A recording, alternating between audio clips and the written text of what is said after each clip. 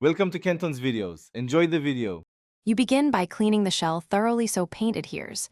Use 70% plus isopropyl and a microfiber cloth to remove release agents.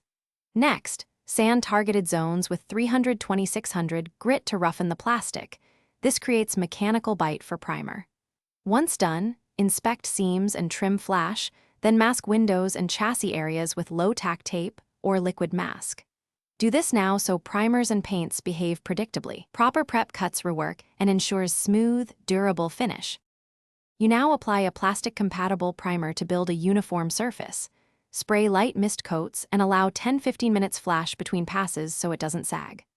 After primer cures, inspect for imperfections and use thin filler or spot sand with 600-800 grit to level low spots. This step prevents texture show-through. Once smooth, lay down the base color in 2-3 thin, even coats from about 10-15 cm away, using steady passes. This avoids runs and gives a flat, consistent foundation for detailing. You finish by masking for details and applying contrasting colors in layers. Make sharp edges by firmly pressing tape and allow full cure between colors to prevent lifting. Seal everything with 2-3 coats of clear, choose gloss or matte, and let it cure fully.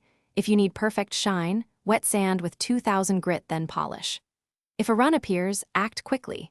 Sand the runs smooth with 1000-2000 grit, clean, and recoat that area. This fixes flaws without stripping the entire job.